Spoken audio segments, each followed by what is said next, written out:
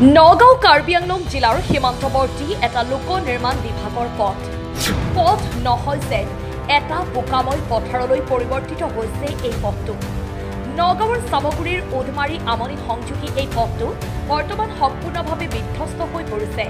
পথটোৰ মাজত প্ৰকাণ্ড গাঁতৰ বাহিৰে সম্পূৰ্ণভাৱে বোকাময় হৈ পৰিছে। নগাঁও কাৰ্বি আংলং জিলাৰ সীমান্তৱৰ্তী পানী মূৰ পাহাৰৰ পৰা চলাচল কৰা অতিৰিক্ত শিল কঢ়িওৱা ডাম্পাৰসমূহৰ বাবেই পথটো অধিক বিস্তৰ হৈ পৰাৰ অভিযোগ স্থানীয় ৰাইজৰ।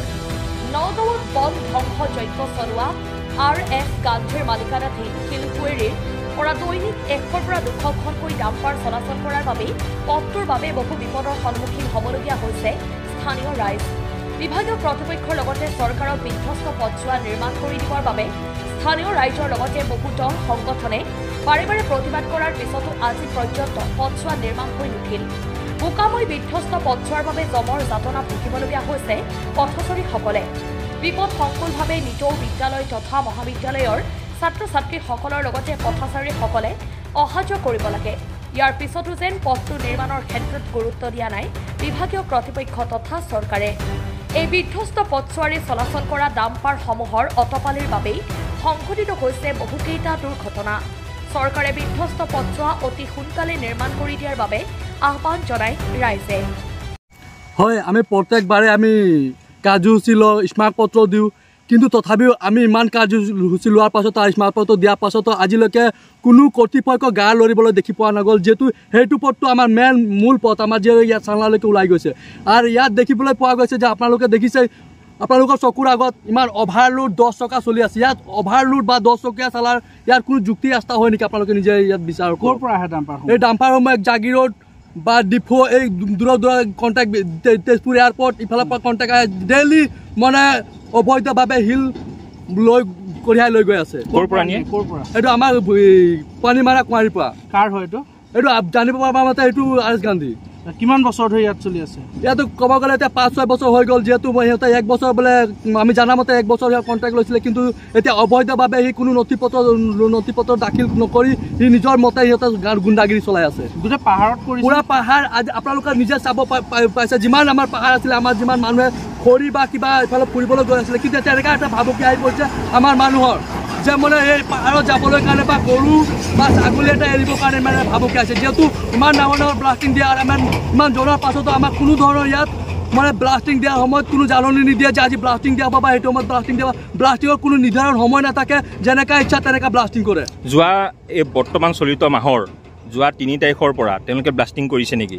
সিহঁতে ব্লাষ্টিং সদায় কৰে, ইয়াত কোনো টাইম টেবুল নাই। যোৱাকালি কৰিছিল নেকি? কৰি আছে সিহঁতে সদায় ব্লাষ্টিং। যোৱাকালি কৰিছে।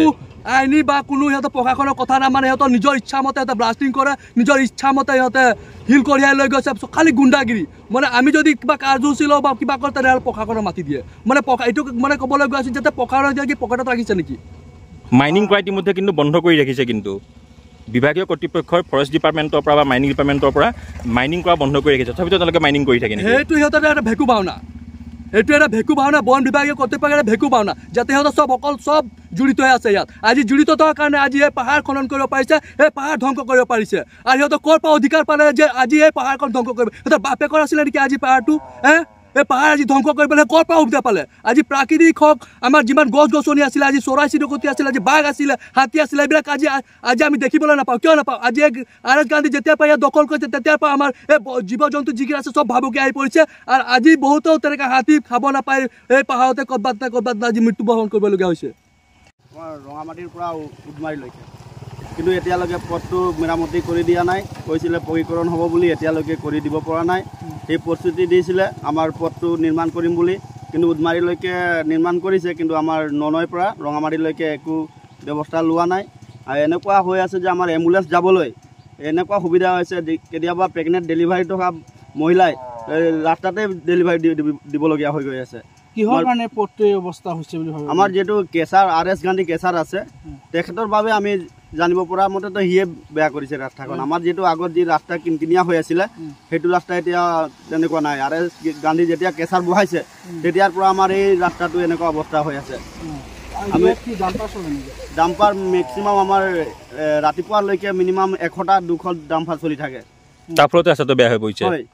কি জনাব? যিহেতু RS গান্ধী RS গান্ধীক মই এতিয়া এটাই হুকিয়াই দিব বিচাৰি আছোঁ যে RS গান্ধীয়ে আমাৰ এই ৰাস্তাখন অতি সোনকালে শীঘ্ৰে ৰাস্তাখন বনাবৰ বাবে অনুৰোধ জনাইছোঁ আমি। ইয়াত যিটো শিলৰ কেঁচাৰ আছে সেইটো বৈধ নে অবৈধভাৱে চলি আছে?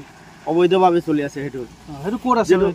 সেইটো আপোনাৰ এই কিমৰা বুলি কয়, সেইটো কাৰ্বি আংলং চাইড, কাৰ্বি আংলং বুলি কয়। হয়, এই ক্ষেত্ৰত বন বিভাগে কোনো ধৰণৰ পদক্ষেপ নলয় বা কাৰ্বি আংলঙৰ ফালৰ পৰা কোনো ধৰণৰ একো ব্যৱস্থা লোৱা নাই। সিহঁতৰ চাগে অলৰেডি পেক আছে কিবা এটা, আমি ইমান ভালকৈ নাজানো।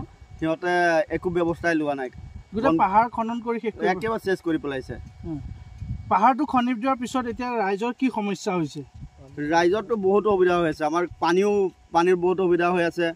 পানীৰ যিমান দমকল মটৰো নচলা হৈ গৈছে। পানীৰ খোৱা পানীও আপোনাৰ বেয়া হৈ গৈছে। যিটো আগৰ ভাল পানী আহিছিল এতিয়া আইৰণ পানী খাবলগীয়া হৈছে। তো সেইকাৰণে বহুতো আমাৰ ধৰি লওক বেমাৰো হৈ আছে মানুহৰ। আগত আছিলে হাতী, এতিয়াতো হাতীও দেখি পোৱা নাযায়, বহুত কমেই দেখি পোৱা গৈ আছে এতিয়া। জীৱকুললৈ ভাবুকি আহিছে। হয়, বহুত ডাঙৰ ব্লাষ্টিং কৰে। এইটো ব্লাষ্টিং আমাৰ ঘৰলৈকে কপি গৈ আছে। ঘৰ আপোনাৰ ৱাল ভাঙি গৈ আছে, ৱাল ফাটি গৈ আছে বহুত। সেইটো কাৰণে RS গান্ধীক আমি এতিয়াই হুকিয়াই দিব বিচাৰি আছোঁ যে আপুনি এই ৰাস্তাখন যাতে ভালদৰে মেৰামতি কৰে যেন। ভিডিঅ' জাৰ্নেলিষ্ট মৃণালৰ সহযোগত নগাঁৱৰ পৰা বিভূতি বৰাৰ প্ৰতিবেদন, সোহানা লাইভ।